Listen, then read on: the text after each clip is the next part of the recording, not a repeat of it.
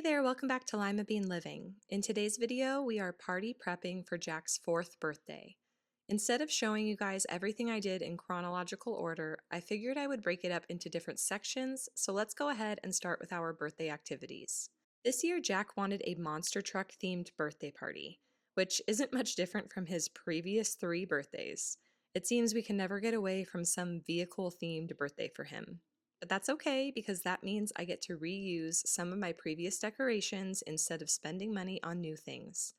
However, there are still some things that you generally want new, one of those things being a piñata. After looking on Amazon and finding only a few small monster truck piñatas for close to $30, I couldn't justify buying one. So I decided to make my own. What do you think? I like it something like the butterfly.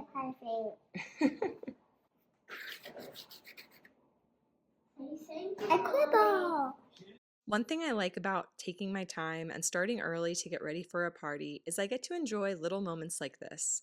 I know it can be tempting to want to surprise your kids and have everything done while they are sleeping so that they wake up to a dramatically changed house, but I realized that there's even more joy in watching my kids appreciate the small things along the way.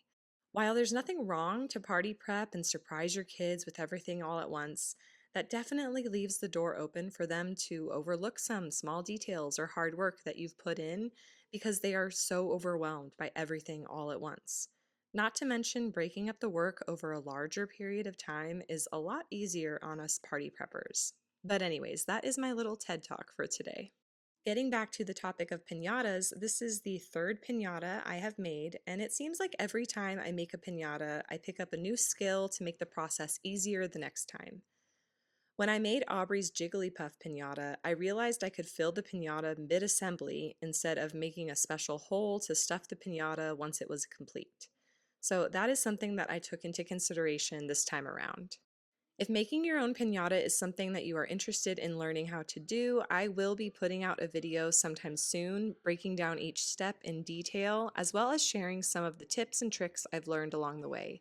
So make sure you are subscribed if you aren't already so you don't miss it.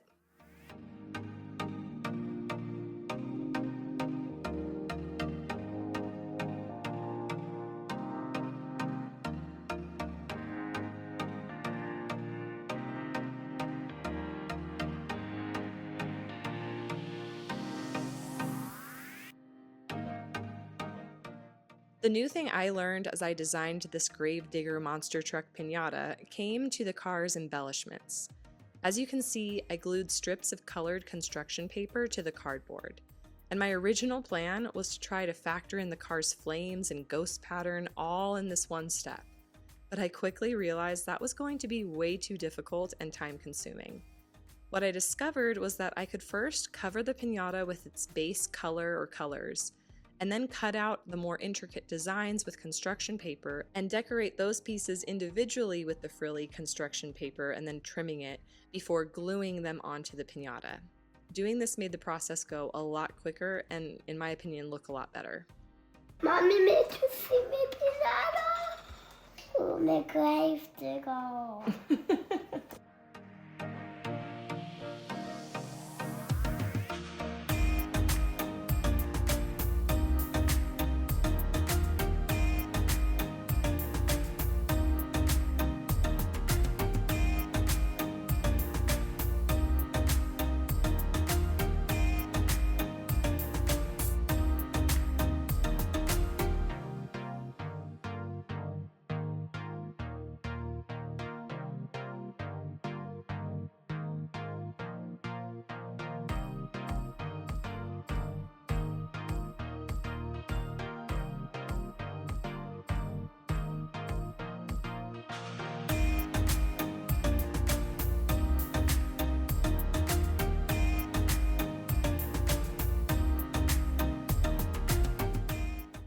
On this particular night, I finished off one face of the piñata by adding some final details with a silver Sharpie and covered, I guess, what I could call the perimeter of the piñata with some black construction paper, so it didn't contrast the design too much. Here, I didn't worry about making it frilly and pretty because it was just the side of the piñata.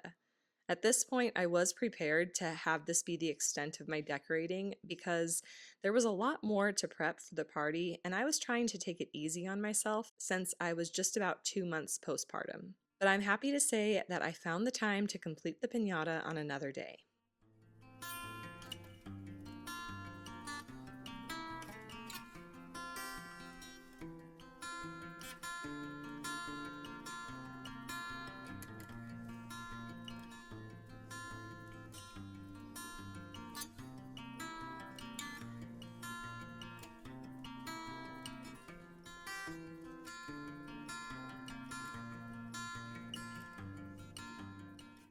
The next thing that I'm prepping are the goodie bags. Here I am taking some white paper bags and drawing on some road stripes with a Sharpie. When I stuffed the piñata, I set aside 3 different candies so each kid could start with the same candies in their bag. That way, those who are slower to collect candy or don't want to participate at all get at least something. Now, this is all that I put in the goodie bags because I've realized over the years that a lot of the extra add-ins may not actually be desired by all of the children in attendance and would possibly be wasted. So I figured I would turn the additional Monster Truck items that I purchased into table activities that people could enjoy throughout the party. Then, at the end of the party, if there were extras, people could add them to their goodie bags if they desired. So here we have some of your build your own monster truck stickers and monster truck tattoos.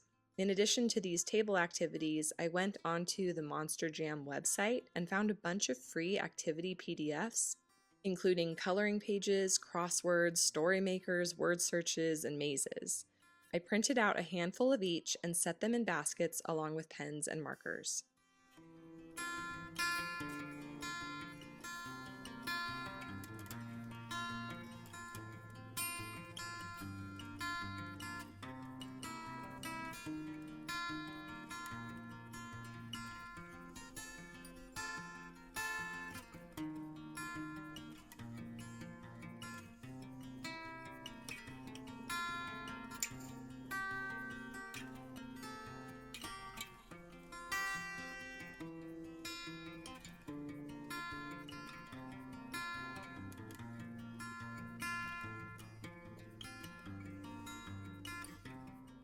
The next activity, I didn't have to do anything at all. The kids actually recently got this fun sand table and have turned it into their own monster truck arena.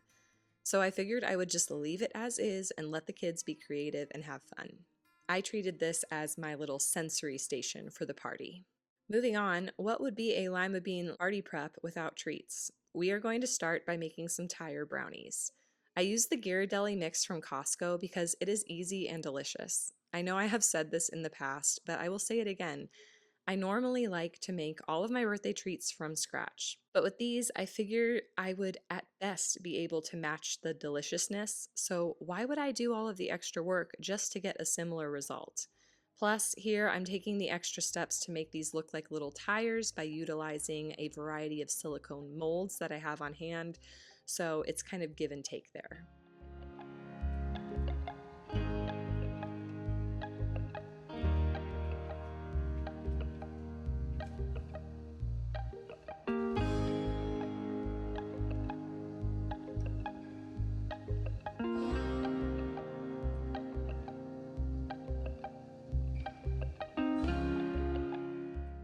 After the brownies come out of the oven, I let them cool a bit on the counter before popping the molds into the freezer.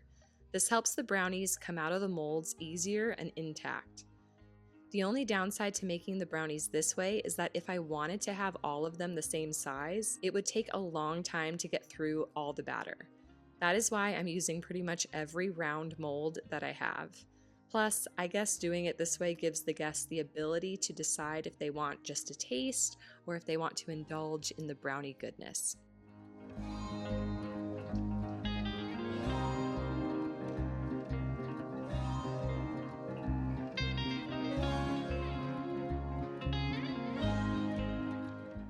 Moving on, we are going to be making some zombie brain meringues. Now, some of you might be wondering how this fits the theme, but in the Monster Jam world, there are brains as part of the design of the zombie monster trucks, or as Jack likes to pronounce, centimeter cheese. So I took that idea and ran with it, figuring that brains would be relatively easy and forgiving to pipe out instead of trying to make some more intricate monster truck design.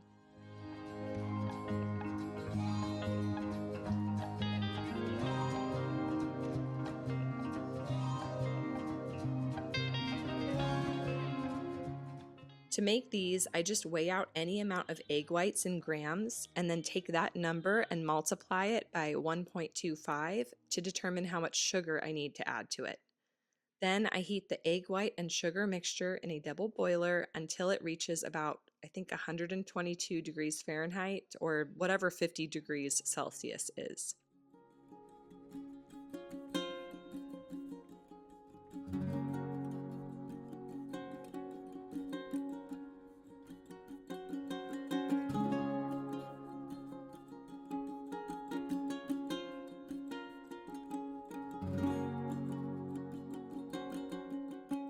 At this point, we are going to beat the mixture until we get soft peaks and then add in our flavoring and food coloring.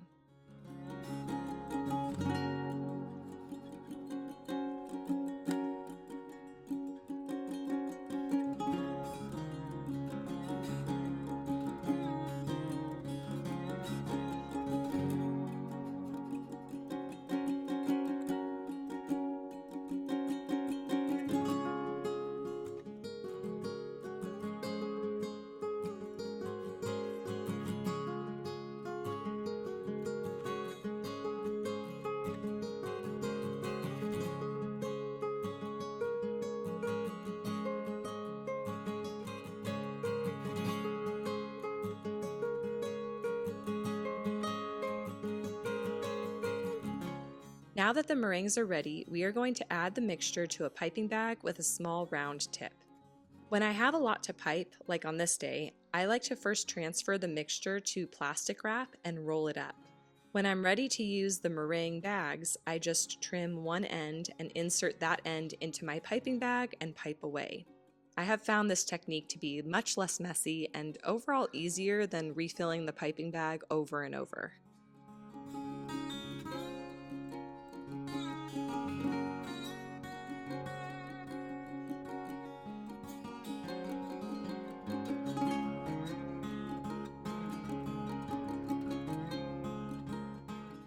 To create the brain design, I just squeezed the piping bag firmly and let the meringue mixture spiral out until it formed a little oval-shaped mound. Then on the top, I piped two continuous S-shaped squiggles side by side to finish off the brain look. Some of these looked more like brains than others, but overall, I think they got the point across. They were easy to make, and most importantly, they were delicious.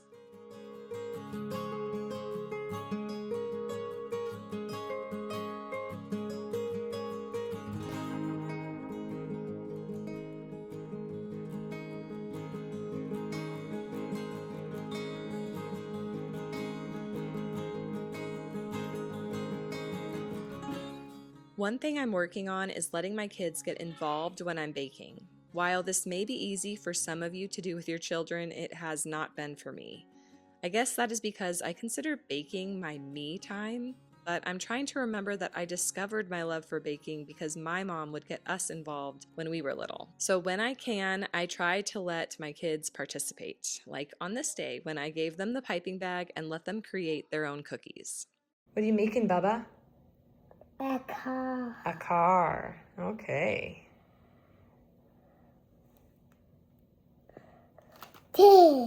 That's it? Yeah, this is my new mother jug. Where are the wheels? These are. Oh, they're not even connected? Is it Oh, okay. monster truck? Yeah. Looks great. But it goes so modern. Now that all of the cookies have been piped out, we are going to put them in a 200-degree oven for about 2.5 hours, and then turn off the heat and leave the door closed until the cookies have cooled.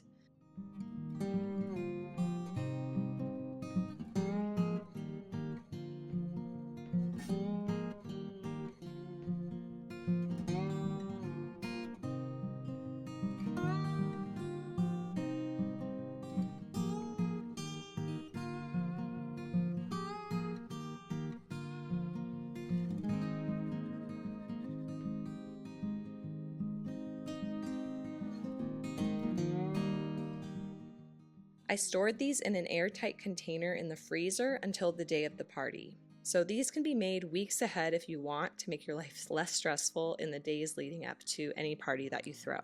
And speaking of making things less stressful, instead of making individual cookies for the party, I decided to make some chocolate chip cookie bars as some of our treats. And to get them to fit the theme of the party, we will be eventually adding in some M&Ms to have them resemble stoplights. Here, I am following the chocolate chip recipe that I've shared in the past, which I will link above, with the one change being that I'm substituting half of the all-purpose flour to be freshly milled soft white wheat flour. This way I can feel a little less guilty because of the additional fiber and nutrients the freshly milled flour adds to the treat.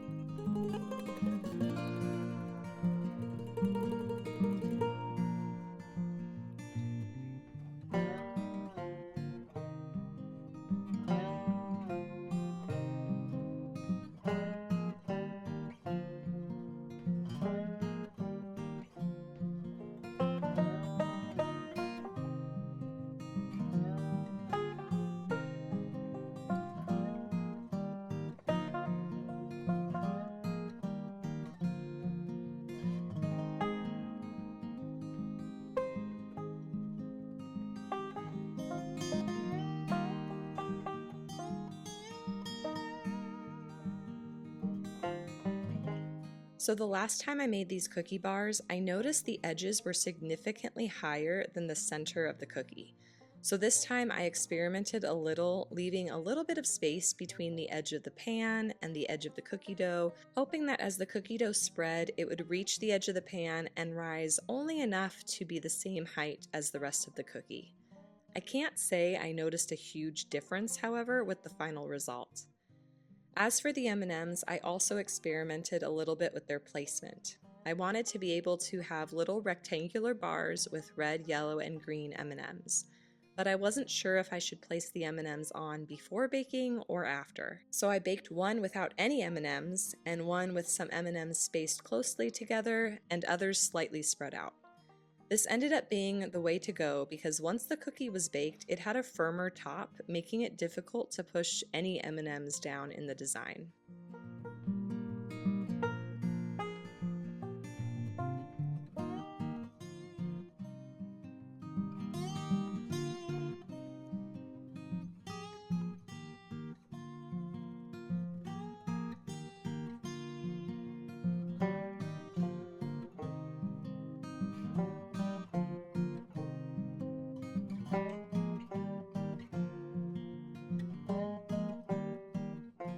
I baked these for about 27 minutes at 350 degrees, and then once they had cooled, I took them out of the silicone pans and cut them up into bars. I made these closer to the party, but I have frozen them before, and they defrost well and are still very nice and chewy. So if you are planning a party and want to be more relaxed, just make these ahead of time and freeze them until the morning of the party. Then plate them up and you are good to go.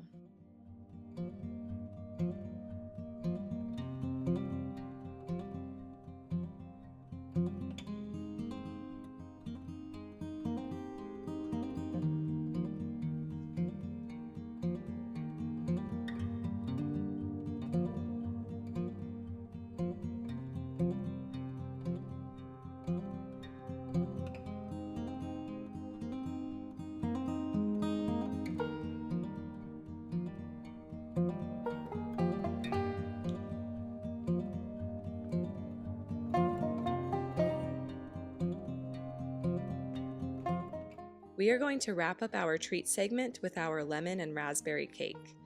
To make the cakes, I doubled my standard vanilla cake recipe and added the zest and juice of 2 lemons since I was doing a double batch. I like to add the zest of the lemons to the sugar and then rub the zest and sugar between my fingers to help the oils kind of come out and help with the flavors.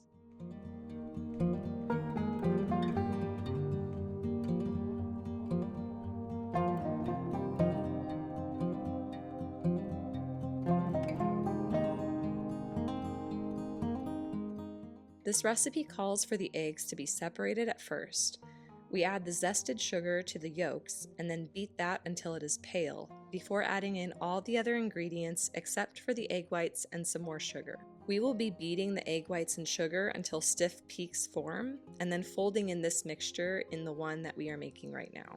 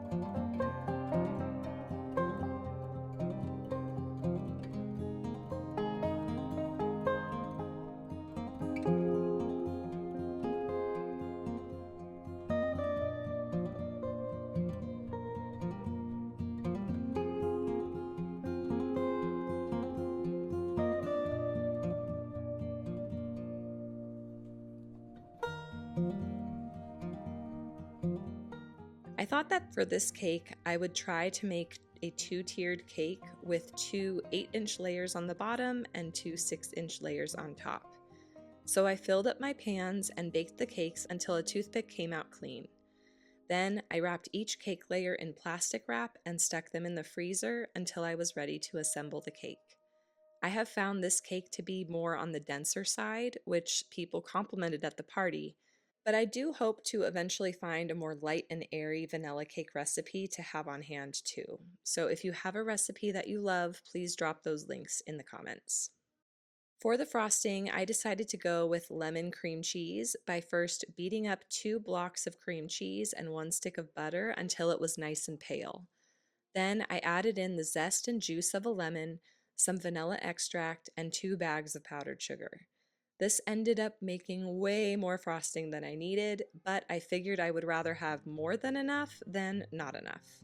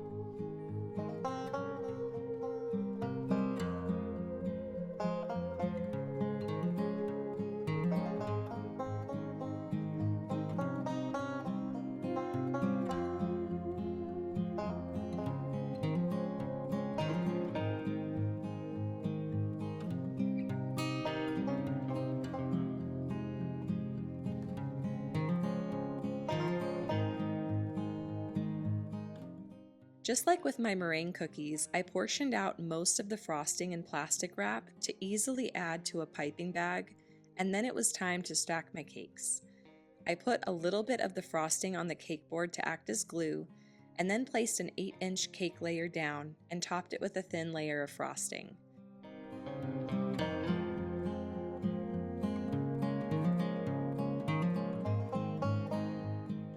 Then on top of that, I added some Smucker's seedless red raspberry jam. The tartness of this jam works perfectly with the sweetness and tanginess of the cake and frosting. I added a little more frosting to the rim of the cake and then topped it with the second 8-inch layer before throwing that in the freezer for about 10 minutes to firm up.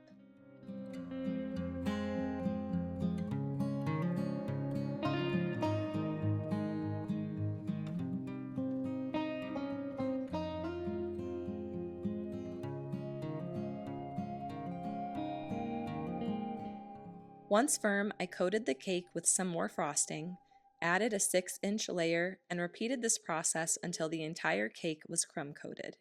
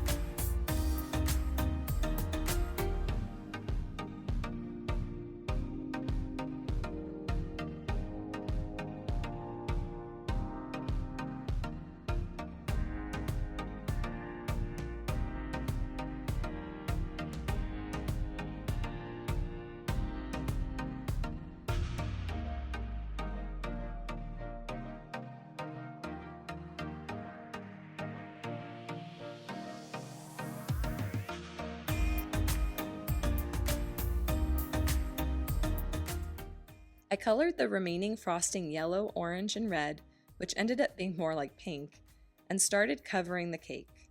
My goal was to have it abstractly resemble a flame with red at the bottom and yellow at the top. I used upward strokes to give it a more textured look, which also allowed room for little imperfections along the way.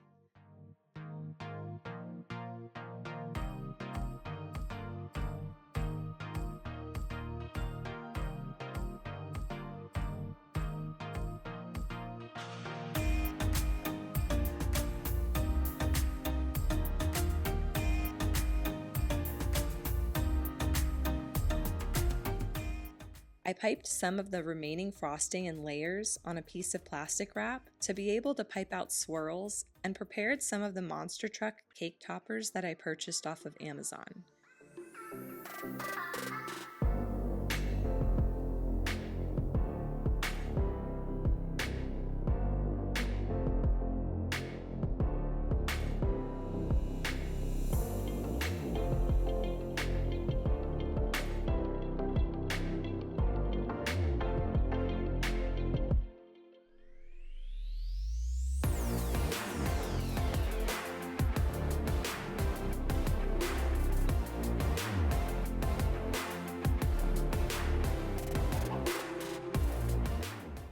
Because I was going to store this cake in my freezer until the night before the party, I had to wait to place the larger cake topper on top of the cake because otherwise it wouldn't fit.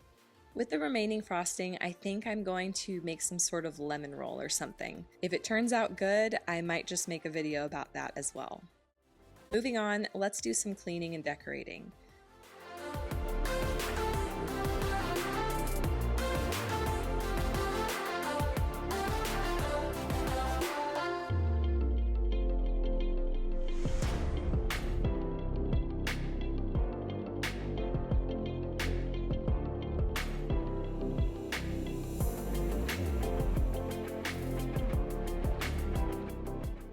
We are going to start by putting up this monster truck banner I purchased off of Amazon. Typically, I do my own art on the glass board, but Juan and I figured Jack may like to just keep this banner in his room, and if we ever have another monster truck party, it will come in handy.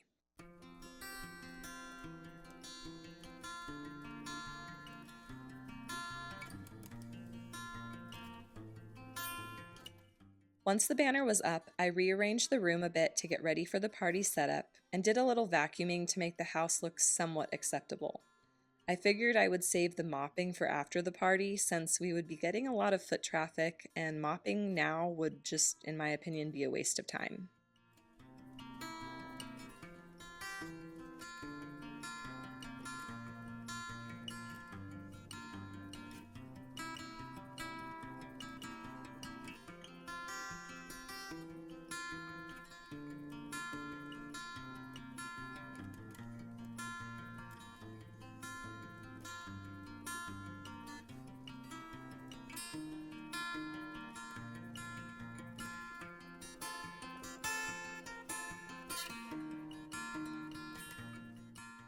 Next up, we have some hanging decor. Almost all of this stuff is being reused from previous parties, except for the banner that I will be hanging above our sliding glass door. This came with the few monster truck items I purchased off of Amazon.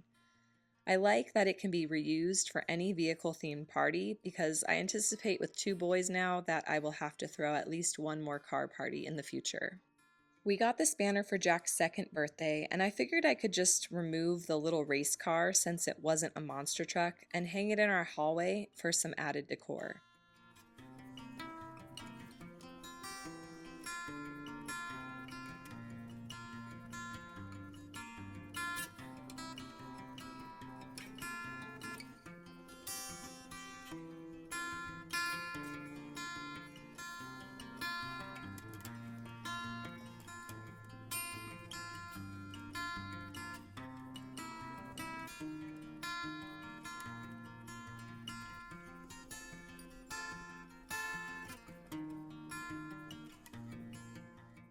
Next up, we have these little traffic cones that Juan sliced open for a previous party, and I will be adding them to the top of my pendant lights. If you are new to my channel, you will soon discover that I love to find different ways to decorate my pendant lights for parties and for different seasons and holidays. Another uncommon thing I like to decorate for parties or holidays is my sliding glass door. I use a mixture of chalk pens and whiteboard markers to create different designs to fit different themes. For this party, I thought it would be fun to have my artwork somewhat be kinetic and tell a story as the guests open the door. So on the moving door, I will be drawing a big monster truck. And then on the other side, I will be drawing 4 cars, since Jack was turning 4, 2 of which will appear to be crushed by the monster truck as the door opens up. This decoration, along with the next one, were probably my favorites out of all of the decor for this party.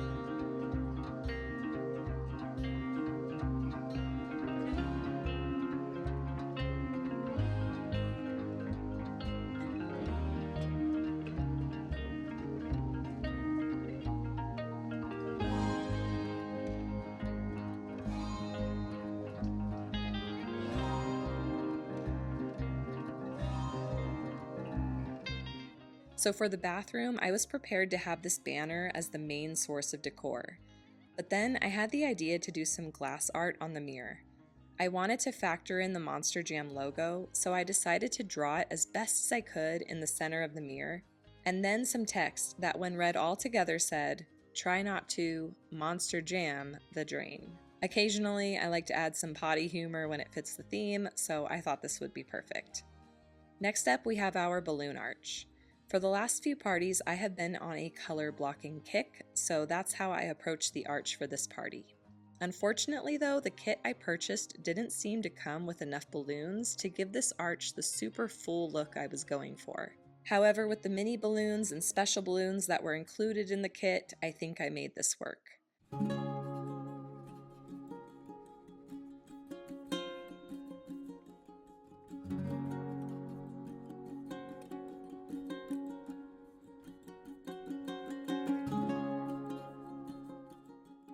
I think my favorite balloon in this kit were the ones that, when blown up, look like tires. Online, it was suggested to place the tires on the legs of the table to make the table slightly resemble a car. But since I needed to fill up the space in my arch, I placed them at both ends resting on the table. I believe Jack popped his shortly after the party, but Aubrey has saved hers and thankfully kept it safe from Jack. Now that the balloon arch is set up, it is time to figure out how I want to organize this treat table. I knew that I wanted to display the goodie bags, piñata, cake, stoplight cookie bars, tire brownies, and brain cookies, as well as some extra M&Ms, but I wasn't quite sure what arrangement would look best.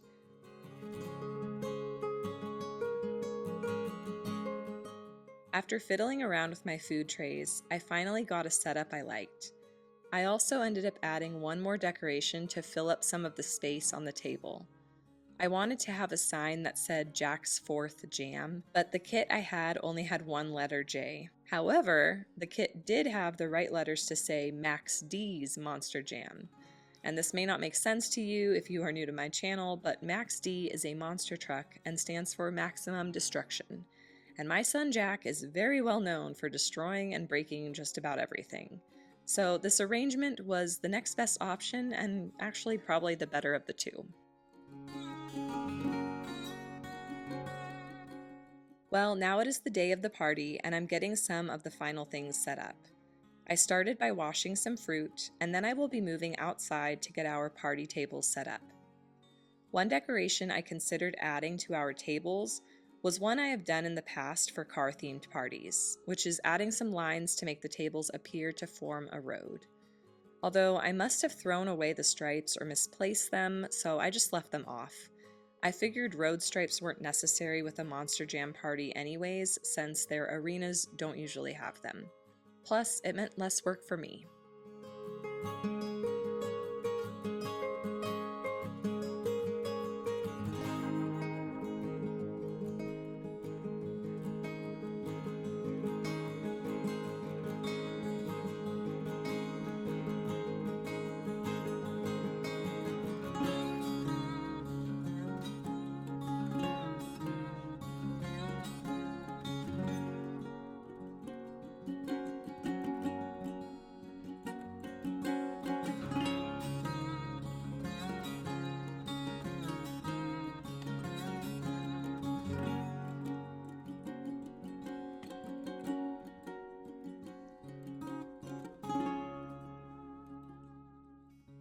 For lunch, we had fresh fruit, Caesar salad, chips, and sandwiches from a local sandwich shop. They didn't have a party platter option, so we just ordered a bunch of turkey, ham, and roast beef footlongs, and then asked them to cut them up into fourths instead of halves. We got about 5 or 6 turkey sandwiches, 2 roast beef, and 2 ham, and it ended up being perfect. Surprisingly, I have to say, of all of the parties I have thrown, I have felt the most relaxed at this one. I can't say I cut back too much on the treats or decorations. I feel like I did just about as much as I always do. I'm actually pretty proud of myself for getting all of this done while being just 2 months postpartum. I think the one change that contributed to my peaceful state of mind was that I put out my treats about 20 minutes earlier than I usually do. Often, I find myself waiting until the last minute to do this task because I think those 20 minutes will greatly change the freshness or quality of the desserts. Obviously, that is not the case, especially for the particular treats that I chose to make and put out for the party. So I'm going to try to remember to do this again in the future because I love how I didn't feel even the slightest bit frantic as the start of the party approached. Bubba, come look at your table, your treat table.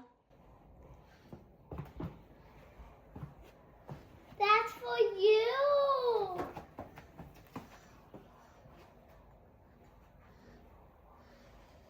What do you think of your cake? You like them, Bubby?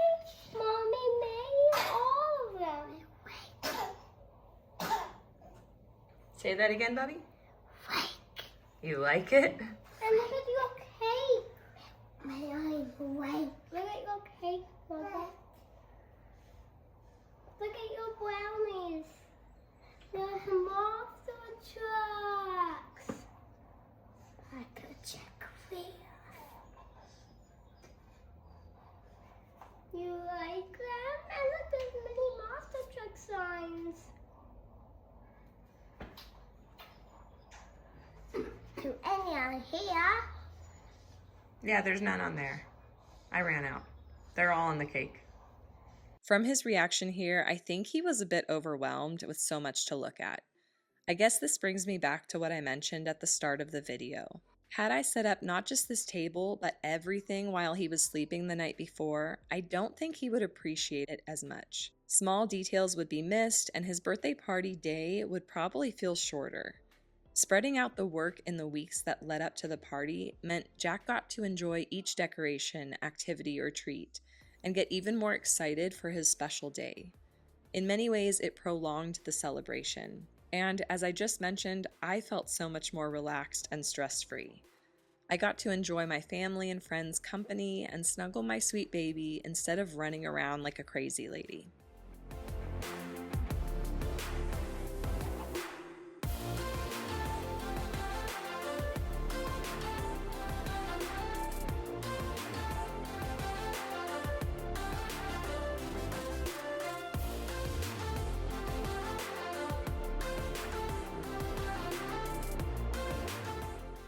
Well, this pretty much wraps up this party prep. I hope you enjoyed watching it all come to life and are inspired in some way for your next party. If that is the case, please go ahead and hit that thumbs up button and comment down below what you liked best about this party prep. If you are new here, I would love it if you stick around and subscribe to my channel. I pretty much take care of all things mom here: cooking, cleaning, organization, and just sharing real-life motherhood experiences. But if you just want to binge on some party prep videos, I do have an entire party prep playlist just for you, so make sure to check that out. Thanks again for watching, and I will catch you in the next one.